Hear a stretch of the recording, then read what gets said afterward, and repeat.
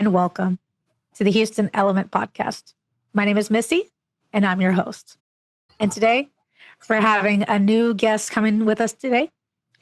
And she is a CEO of her own business. Her name is Crystal Ayala with Yummy Treats Incorporated. Yes. Hi, everybody. Thank you so much for joining us. Thank you. Hi, how are you? I'm great, and you? Great. Thank you. Thank you. You're welcome. So for those that are not too familiar, can you tell us a little bit about yourself? So my name is Crystal. I own Yummy Treats. I've been in business for about 6 years with Yummy Treats. And how I end up coming up with Yummy Treats is having my daughter. So I have 2 kids. I have a husband. And I do a lot of community events around the city, and I host festivals and also pop-up markets. Oh, you full-time mom and businesswoman. Bless your heart. Got to my hat to you. Yes. So when did you found Yummy Treats Incorporated, and what made you wanted to open that kind of business? So I founded it in 2021. And what made me want to start the business is it was all due to my daughter. When I found out I was pregnant, everything was good. And then I found out that my daughter was going to be on a level of special needs. So they told me that she was going to be Turner syndrome, heart issues, and possibly on the spectrum level.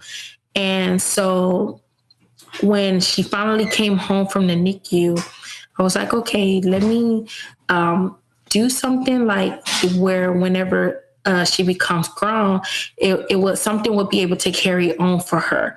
And so I happened to, it's like, oh, let me try to do chamoy candy. I know like that's like a big hit in Houston, Texas. So I played with it for a while, seasonings, chamoy sauce, just different things. I played with it. And so when I had like my little techniques, I was like, okay, well, let me, test them out and start selling them. And, they started becoming a hit. So once it became a hit, I end up customizing my own logo, and I end up customizing the name. And when I customized the logo, I end up taking that logo to a graphic shop and letting them finish like completely get it like done and out there. And so it was just something for her to fall back on once she become grown. Bless your heart. I mean, that's beautiful. And I mean, God bless, your daughter, regardless of tribulations, she's coming out healthy and happy and thriving. So, and she's going to be inheriting the business after you. So that's wonderful. That's wonderful. Oh, sorry. I mean, y'all get me. No, I'm not a parent myself, but I'm very envious and, admire you guys, because y'all make it look easy being a parent and, living your life, but you never know how hard your parents are really working for you until you see it and you hear about it. So bless you for that. Bless you for that. Thank you. And so, so how did you first start to build up your business? Like, I know you went to get, a logo expert to help you with your business logo. So, but what was like the beginning start of putting your business together and starting to work, on the field at different events? So when I first started putting the business together, I started like reaching out to people we would know to try the candies, buy it. And everybody that had tried it was like, oh my gosh, it's really good. You have something going. But the tough part was so many people around Houston, Texas have so much, they sell so much chamoy candy. So I was kind of scared at that point because I was like, well, there's so many chamoy candy businesses out here and they're already out there.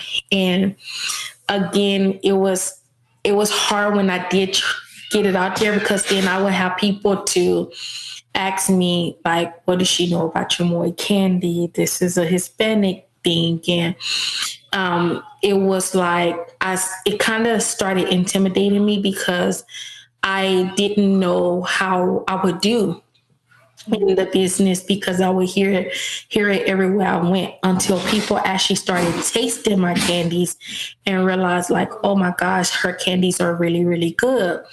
So once I started doing like a lot of pop-up markets, what really took it off like the most is I did a chamoy candy competition in Houston, Texas. And this was about a year after I started the business.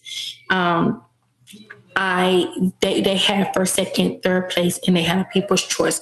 So people voted for, they went around, everybody that would come out to the chamoy festival, they will vote for each and every last vendor that they think had the best candy. And then you will have the first, second, third place winner. So what took off really fast with me is because I end up winning the people's choice. So I end up getting the most votes on having the best candy in Houston, Texas. It was a bittersweet moment because I kind of had some of the vendors looking at me kind of weird, like how she beat us. But I was excited because it was something that I worked hard on, and it was something that I achieved. And not just that, it was something that's dedicated to my child. For when she gets older, that legacy will go on for her. So I strive my best to keep the chamoy candy business in Houston, Texas. So it just kept growing and growing and growing. And then eventually I had applied to be incorporated, and the Yummy Treats name wasn't taken when I came up with this. So it's now taken by me, and it's actually through the state now. And I started getting involved with so many people, like high-end people in Houston, Texas. Started doing a lot of events. And then I started hosting the events, where I started doing the back-to-school events. I started doing the Christmas tour drives, doing festivals. So like right now, I have an annual Tacos and Michelada Festival coming up in September. So it's just so much that I'm keeping to implement into this business. So when I say it has grown from having candies and chamoy grapes and chamoy mangoes and watermelon and the tamarind apples, and that it has actually taken off to me having T-shirts now and 360 photo booths. So it's like I'm doing homemade lemonades with it. And so it is taking off like a lot. Oh, wow. And then you just coming up with all of this, branding and marketing yourself, like, I mean, not just, shows your talent, as a chef, candy maker. I don't know what's the proper term. Sorry. But, as a business entrepreneur yourself, that's wonderful. Yes. Yes. And it's very exciting because it's fun for me, and not just it's fun, but I get to know a lot of people in the Houston area. That's wonderful. So now I know you can't deliver, your secret recipe, the secret to the sauce kind of thing. But in the beginning, when you were coming up with your recipes and coming up with your business model, did you ever study business in school, or were you always interested in cooking candy, candy making? It'll come to me later, but yeah. Were you ever interested in those fields in the beginning? So I did not do business. I never did business. I never took anything culinary, nothing. I was wanting to do a business, but I never knew how to do it or start it all. And I've always been creative with stuff, but I always was at a standpoint because I'm like, well, I don't know if I can do it. I kind of like looked down on myself because I didn't know the first step in the first place to go. And then when I had my daughter, it was just like, do it, get it, like have that motivation to do it. And it made me go out there and strive into something. And even sometimes when I would want to give up, because it's harder being small. And when I told anybody this, it's hard to be a small business, especially when you're not corporated, like big corporations that's around this United States. It's really hard because you have to come up against other small businesses that's doing exactly the same things that you're doing. It literally will tear you down. But something I've always had is like, I know I can do it. I know God is going to get me through what I need to get through, because he's a man that serves me. Not I serve him, but he's a man that do for me, even when I feel that there's no way out, even when I feel that I can't provide, God provides. And so whenever I start realizing like, okay, I can do this, I can do this, I can do this. Or even when I just feel like, oh, I just wanted to throw in the towel, it's like something comes up and like, no, you can do this. So it does get challenging. And amen to that, because I mean, you know, and again, no viewers, listeners, we're not trying to push no agenda on you, nothing like that. You know what I'm saying? But I mean, really, truly, everybody needs a helping hand, and luckily, he gives us two. Amen. Amen. And bless him for that. And he don't discriminate. You know what I'm saying? He's like, no, you putting good out there, I'm gonna give you good back. And Amen. yes. And so you talked about you make the chamoy candy, and you also have the chamoy that can go on top of fruit as well, which is mango, and chamoy is delicious. Oh my yes. God. Oh my God. So what kind of variations of your food and your candies do you offer besides the candy and with the fruit chamoy services? So, of course, all the candies. I offer the pickles, so the chamoy pickles. I offer the tamarind apples. I offer the chamoy watermelon, pineapple, mango. I offer and I call it a chamoy fruit roll-up grapes. I offer chamoy fruit roll-up grapes. So that is one of my hits now. I offer chamoy strawberries. I offer chocolate-covered strawberries now.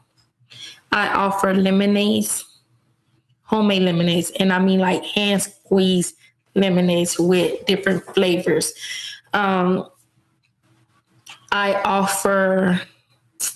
I used to do the agua frescas, and I still do them.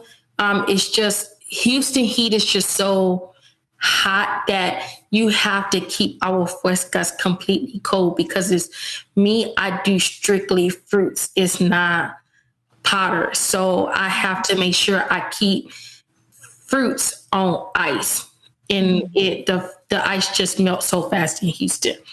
So I kind of pulled back from doing the agua frescas and replacing it with the homemade flavored lemonades. I also offer, I don't know if you have seen it yet, where it's the sour. It used to be the sour, the sour powder that we used to always put in our hands, the pixies, and we used to so I make that with Gushers now. So I have an implement of everything. And then not just food wise now that you eat, I also implement T-shirts now. So I'm doing DTF T-shirts, and all of this has added on to my business that I had to convert it into 2 names because I had to have it where people knew I had this T-shirts and things like that. So, yeah. Okay. So do you do T-shirts promoting your Yummy Treats Incorporated business, or there also can be like your own design kind of thing? So I kind of put it under that too, but I also, I did do like a separate name for it. But when people see it, it's all on one table. So I have candy and I did an event where I had candies, T-shirts, and the 360 photo booth all together. Ooh, are you talking about the kind of photo booth where it has like the spinning kind of platform that the camera? Oh my God. Okay. I hope no one's taking it while they're eating the candy, because you see a lot of people just like, oh my God, this is so good. Like with gopher cheeks, everybody looks so happy though. That would be me. That'd be me with gopher cheeks and like a big whole cup of mango and chamoy. I'd be like,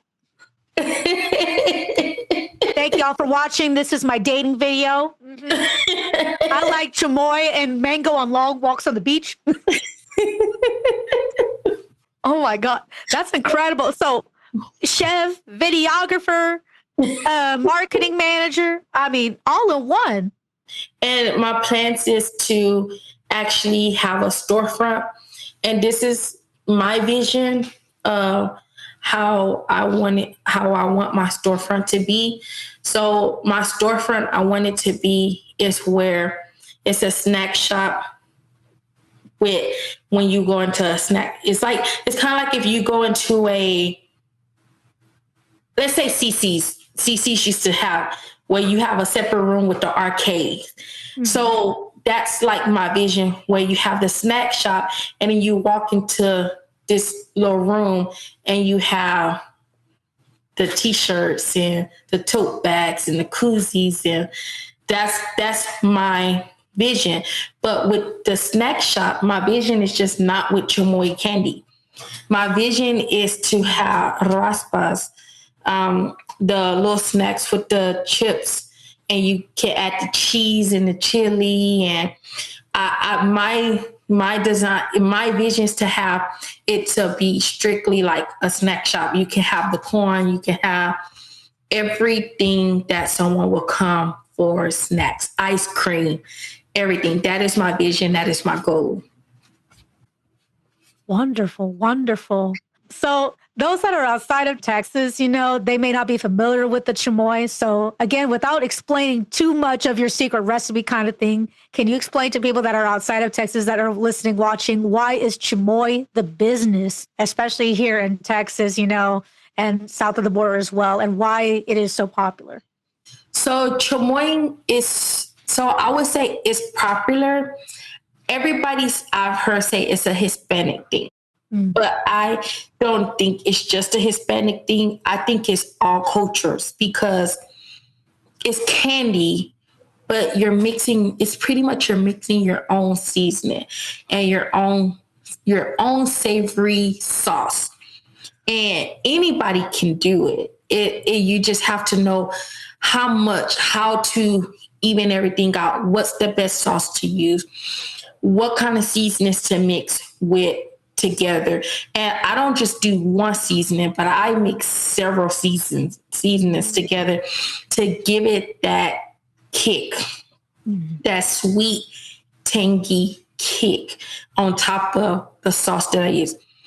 My sauce isn't cheap that I use. My sauce, I know a lot of chamoy candy vendors, they use that mega sauce, but I use a whole nother sauce and add 2 sauces together that gives it a different taste. Now, it was originated supposed to be in, like you said, south of the border, where because a lot of Hispanics love the spicy candies. Always have loved the spicy candies.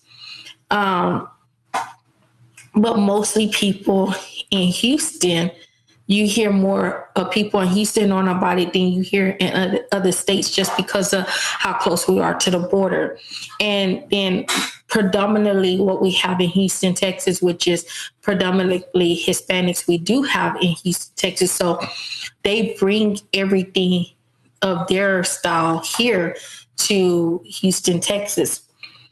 So what I would tell people that's not from Houston, that's from other states, and remind me, I do ship to other states, just certain things I can't ship and certain things I can ship out to other states. But if you want to try this at home, and I don't gatekeep on anybody. So that's why I say anybody can make this. I don't gatekeep. I just won't say exactly the seasonings and the sauces that I put together. What fits for someone else, it's going to fit differently for another person.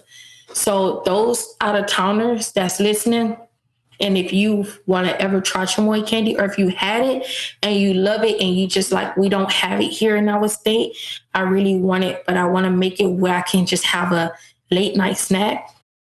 Go to the store, find you the right Mexican type seasonings, because it will be all the Mexican seasonings, and they have all types of seasonings that you can, well, hey, I want to try this seasoning. I want to try this seasoning.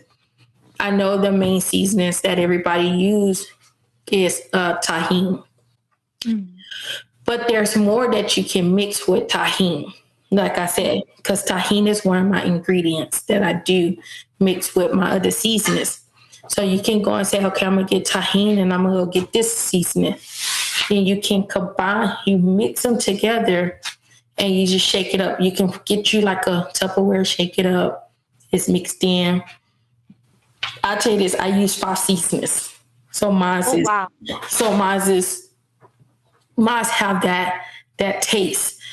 So you can say, okay, let me get gushers. A lot of people are gusher fans. So if you have an out of towner that loves gushers, hey, we're going to take gushers. You find you a sauce, a chamoy sauce that you would like, that you would say, okay, I just want to do it for myself. You put just the right amount, not too much and not too little, just the right amount to give you a little bit of that sauce on your candies. Then what I do is I take a spoon. I grab a big tablespoon, scoop, and I shake it on my candies, depending on how much I'm making for. Now, if it's for like a party, it's a different amount of seasoning that I put on my candies. But if it's just for you and you're at home and you just want that snack, all I need is just about a good big tablespoon. Get that seasoning and I sprinkle it on there. Take some glove side, blend it all together. I have my candy. Or if you say, I'm a pickle person, I love pickles. A lot of people ship out pickle kits, but it's not the same when another person makes it. So one of my ingredients for pickles, I take fruit roll up, I wrap it just nicely, and I do fruit by the roll. So I wrap it really pretty, get my sauce. I get like a barbecue brush, dip that sauce in the barbecue brush in the sauce, and I brush it, turn it, brush it, turn it, brush it. Take my seasoning, shake it on each side. And I just shake it all around each side until it's nice and pretty. What I do, I don't eat it whole. If I'm making it, I just cut it into slices. Oh. If I want to put some candy on it, I throw some candies on it, and I put some rim dip across it. Because also I make the homemade rim dips. I have me a pickle. It's the same thing with grapes. Take fruit roll-ups and I wrap the grapes. So I just section out my fruit roll-ups for my grapes, wrap it. I do 2 wraps for my grapes on each one. Once I finish with the amount of grapes that I want, season my sauce. And I have grapes. So Oh my God. it's not hard to do. That's why I said again, anybody can make their own chamoy candy, but if you just want that just right, like how a lot of people tell me, it doesn't taste. I have had people tell me I made my own, but it doesn't taste like yours. Well, again, it would never taste like mine because I use different things. Some people just make it just for craving satisfied for their cravings. So again, that's something you can do at home. And if you just say, I want it like this person, the way this person's taste, then you can go out and order it. I will say in Houston, I am one of the cheapest chamoy candy vendors out there. I don't like to price gouge on my candies because it's candy. Again, I know everything is going up high, but I feel no one should have to spend $15 or more on candies. Not unless you're doing like party tray. I've seen a lot of vendors starting their candies at $15. The most I will go up on an 8-ounce of candy is $10. And that's only if it's a gusher, because gushers are a little bit more expensive. But if I'm just doing gummy bears or gummy worms, I pretty much keep it at $8. Well, but bless you. And that also comes I'm sure, your background from being a family woman. You understand, because when the kids see, they're like, Mom, Dad, can I have it? It's like, man, I can't mortgage my house for some candy, my dude. But so making it available for all families to enjoy. So I appreciate that. Yes. And again, I do also party. I do parties. I do quinceañeras. Not just that. I do a lot of sponsorships in Houston. Like some people, anybody that know me would tell anybody around Houston, like I will sponsor. The last sponsorship I just did was a young girl quinceañera, and I sponsored over $500 of candy for her quinceañera. Oh, wow. And that was just from me doing it from the heart, because things are expensive. Like where I can sponsor, I will sponsor. Where I can give, I'm going to give.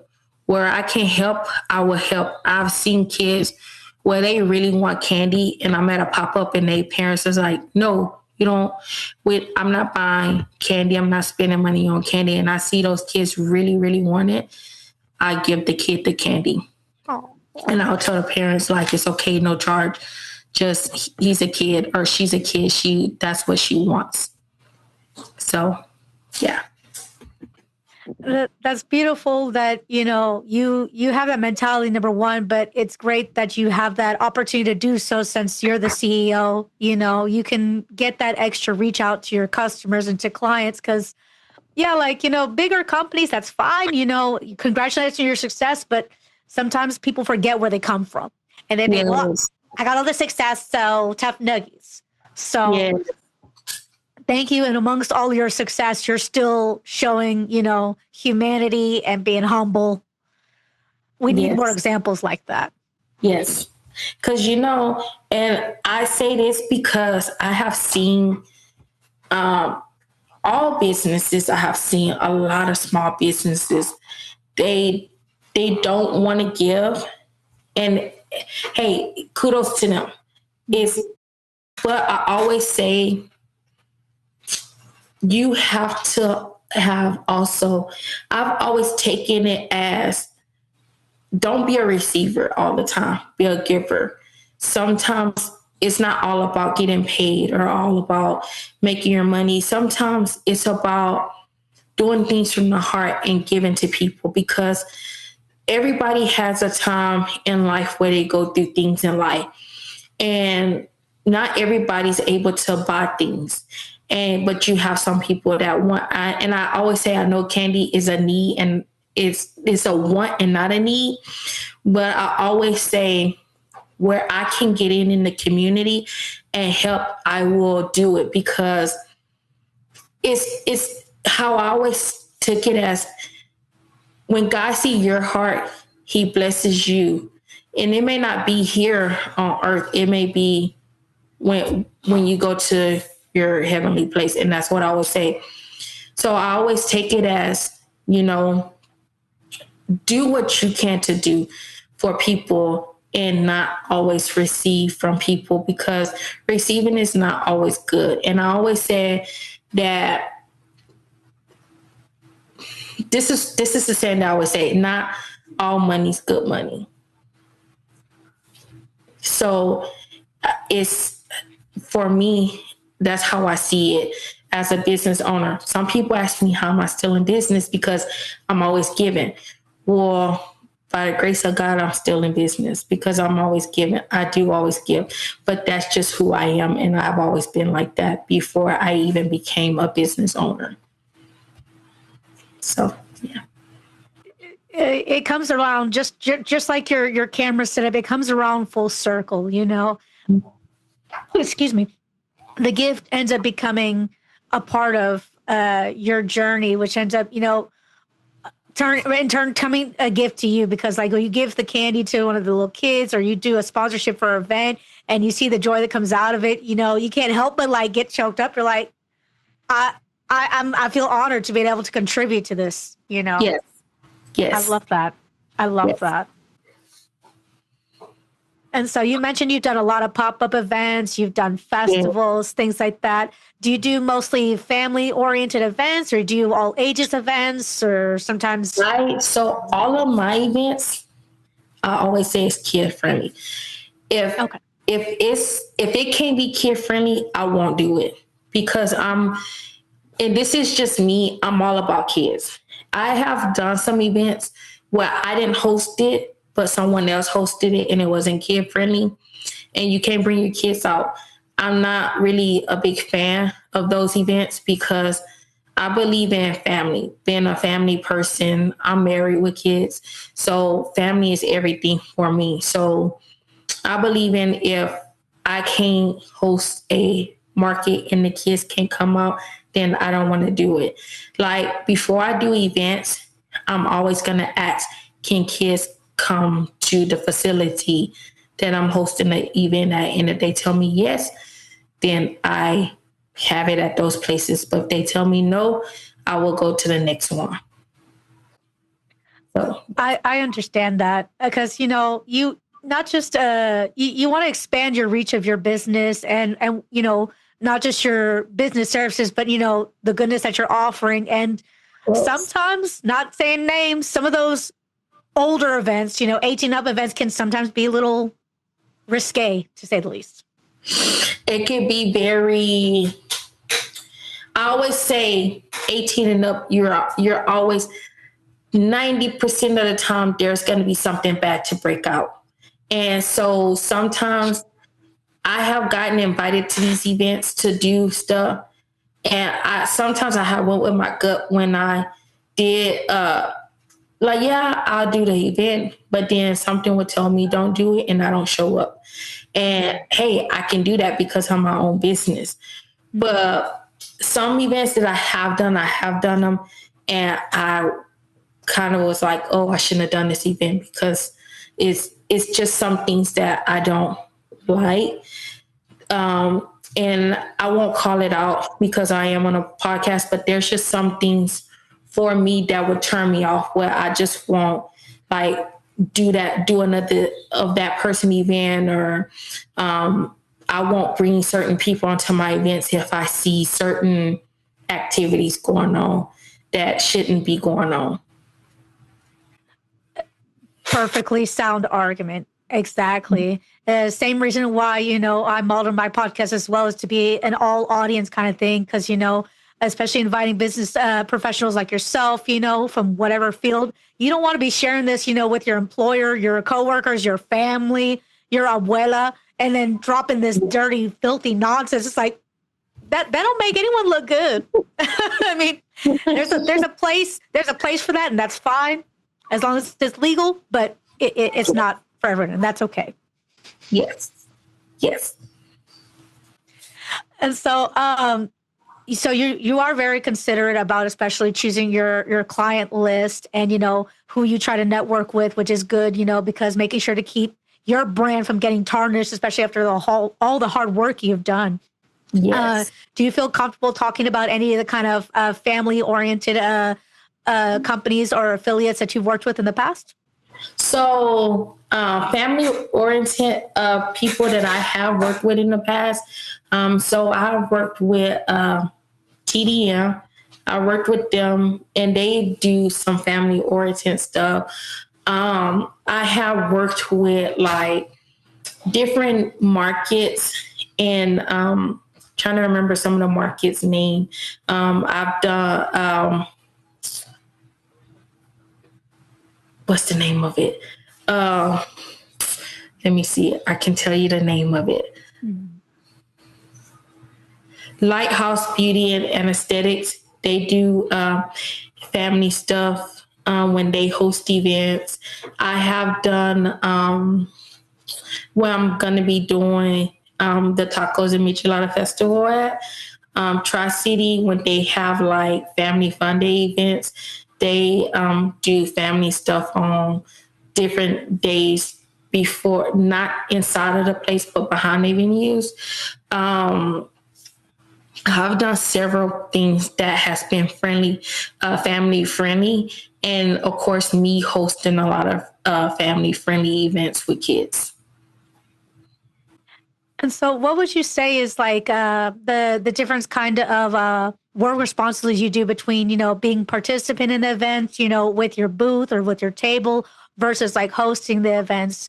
Like with hosting the events, you get more opportunity to talk with the other businesses, with the other clients, or how is it for you? So me hosting my own events, I will say that I can gain, you know, vendor families doing my own events. I can network with them, talk with them, get to know them more about their business, what they offer, stuff like that, versus when I'm just a vendor, because now I have to stay focused at my booth to make sure I get sales, versus even if I put my booth out at my own events, I'm not really putting it out there for sales. I just put it out there just to put it out there, just in case people like, oh, I want to buy something from her. So I can care less to be at my booth when I'm hosting my own market, because I'm walking around all day at my own markets, my own events. And I get to know a lot of these vendors. I get to know what they're about. I get to know how some of these business owners started their events. There's a lot of business people that I have met on my own events and at some of the pop-up markets that I have done. And some of them has become like family to me. So there's people that I still, you know, talk to. If they tell me, hey, I have an event going on, I'm there if I can. If I don't have anything to do, like, hey, sign me up, I'll be there, I'll support. Even if it's just try to sponsor the events, I will try to sponsor the events as much as possible. Sometimes it's harder for me to get sponsors because I notice people sponsor who they want to sponsor, but I always say that God still provides even when I don't get sponsors. I'm a firm believer on that. So when I see people don't sponsor my events, it doesn't shake me, because I know that He's going to provide for my events. And so if you tell me like, hey, I'm looking for a sponsor, if I can do it, I do it. If I can't, I'll tell them like, next time I catch you, I can't at this moment. But usually I never have actually turned anybody down from sponsoring their events. I've pretty much sponsored everybody events. Bless her heart, you know what I'm saying? You got a wonderful, you know, business model, but, you know, a wonderful heart. And that's, no pun intended, that's probably the sweetest thing about you. I'm sorry, I'm corny as heck. I'm sorry. It's okay. But I mean, really, truly, to the brand, sweet at heart and sweet delivery of services. So you can't miss out. You can't miss out. I love it. Yeah. I love it. Yes. What kind of thing, if you don't mind telling, you know, do you take into preparation when you're sponsoring other events, you know, because like say maybe they might have a requirement to like seen at conventions, they sponsor them and they provide backline for music production and things like that. Not everyone can offer those, but what kind of things do you take in consideration when you try to sponsor with other events? Honestly, I'm gonna be honest. I don't take anything into consideration. Like I've always said, if I sponsor, I can care less to get the spotlight. Like if banners, stuff like that, I can care less to get the spotlight, because what I say is I did it from the heart. Like I could say, one of the churches that I was going to, I sponsored the toy drive every year that I was there. I sold all my candy products. And when I sold all my candy products, nobody knew I was selling my candy products, and that the money that I received wasn't coming into my pocket. It was going into the toy drive for those years that I was there.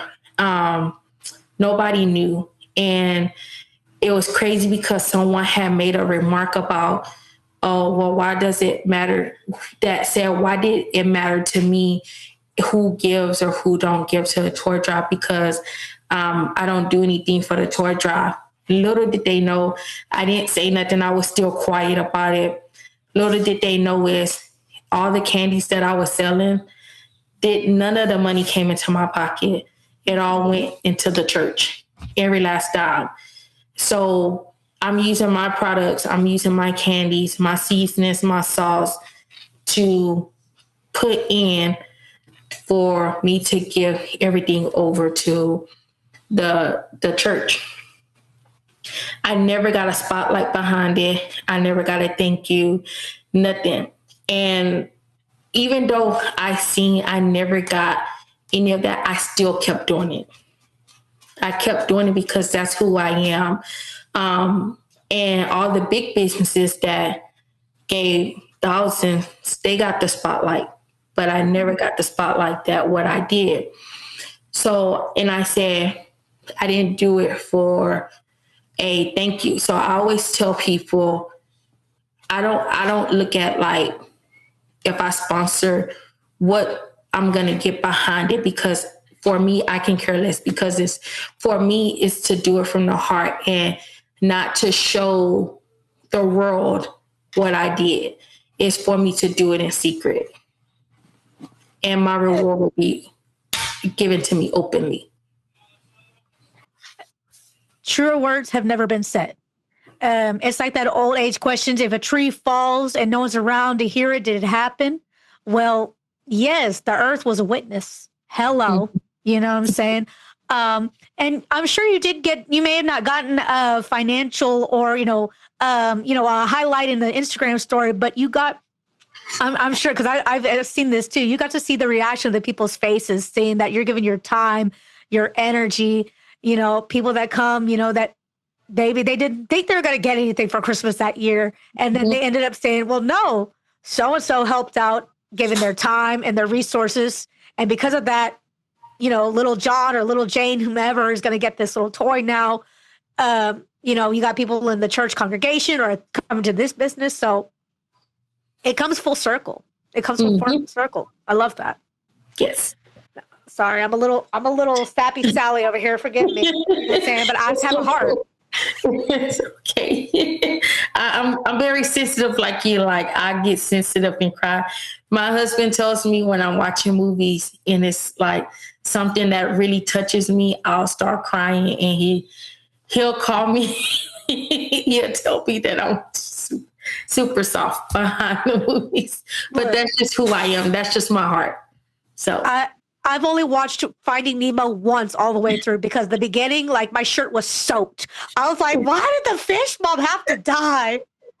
This movie's trash. Like, I don't care. I have feelings and I'm not ashamed of it. Okay. Yes, exactly. Now, I know that you work, in family-oriented places and businesses, but unfortunately, not naming names, sometimes we, in customer service, we deal with some difficult customers. Mm-hmm. So based on your experience, what are some things that you try to do to make sure, even if you're dealing with somebody that is less than forgiving, to try to make sure you could de-escalate the situation without creating any worse problems or them creating worse problems. So what I usually do is when I really never had a difficult person, but if I have ran across about 2 or 3, I believe. What I always do is I tell them the next orders on me, or if they have an event, I will do a tray or something I would do to make it right.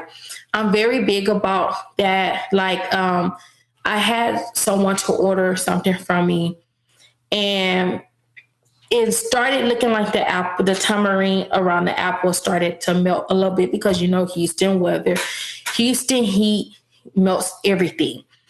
And by the time it got to her and she took it to the party, she said that the apples started to look like they was starting to melt. The tamarind around the apples was melting off. And I told her, don't worry, I will make you a whole new tray. And I delivered it to her, a whole new tray. And that's just who I am, because customer service it plays a really big part for me. I believe in happy customer.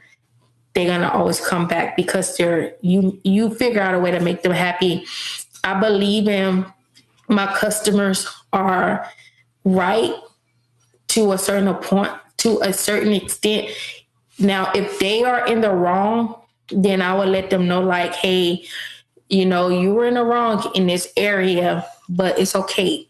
We'll figure out something out. That's me, because I believe in customer service. Customer service is a big plus. People may not realize that, but even when you are a small business and it's your business, it's still a big plus. So for me, like, if I do events, I kind of watch out who I have coming and helping me at my events. That's mine. Because first thing I'm going to check, attitude, customer service, how you treat people. Those are my biggest things. Are you going to be fair with people? Those are my pet peeves.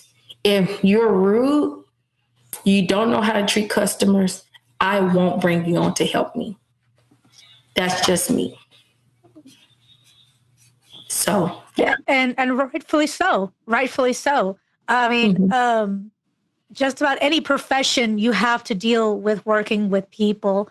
I mean, I'm not trying to say big names, but even, some of the bigger Fortune 600 and 500 companies, they wouldn't be where they were if they upset all of their customers from the beginning. Yes. So, yes. No. And you may not believe in karma or religion, but do you believe in science? Because what goes around comes around. That the higher you climb, the faster you will fall. I didn't make the rules. That's gravity, dog. Like, I'm a firm believer on that. Like, I believe in, even if you're trying to climb up the easy way, I've seen people get in positions by being betrayed in other people, by kissing butt, by lying, but they don't realize, and this is coming from a firm believer, they don't realize how fast you climb up and what you do to get there. I always say God will take care of it. And so, but for the ones that don't believe in that, I say it comes back on you. Like, nothing that you do is going to bypass how you do it and how you get there. Like, I'm a firm believer in you work hard to get where you want to go in life. You don't cheat your way through just to get there. If it means you got to work hard hours, if it means, hey, exactly, I have to be honest about things. It's times where if I knew it was going to get me in trouble, I'm still going to be honest. That's just who I am. If I see the next person doing something wrong and it has something to do with me, I'm going to speak up about it, because at the end of the day, when you're not honest, it tells me a lot if you was to run a business or you was to work somewhere. And I look at it as if I was an owner of something and my business got rocketed out there and I hired these people in. I'm going to look at integrity, honesty. If you can't be honest, if you don't have integrity, if you don't have loyalty, you will never make it anywhere you go. You won't, because it comes back, and it doesn't come back like small. It comes back around on you major. So it's the truth. It's the truth. And I mean, if y'all remember the nursery rhyme, The Tortoise and the Hare, you know what I'm saying? He thought he was, oh, I'm gonna win this. Watch this. Oh, whatever, slowpoke. And who won? The turtle. Exactly. Exactly. Even though he was slow, he's still call it faith, call it faith, call it science, call it, luck. The numbers don't lie. Exactly. The numbers don't lie. Exactly. I mean, trust in the process, okay? Trust in the process, y'all. Okay. Only ingredient is going to get you is a headache, or worse. Exactly. No. You know what? It's fine. It's fine. I like pennies. You know what I'm saying? Pennies are great.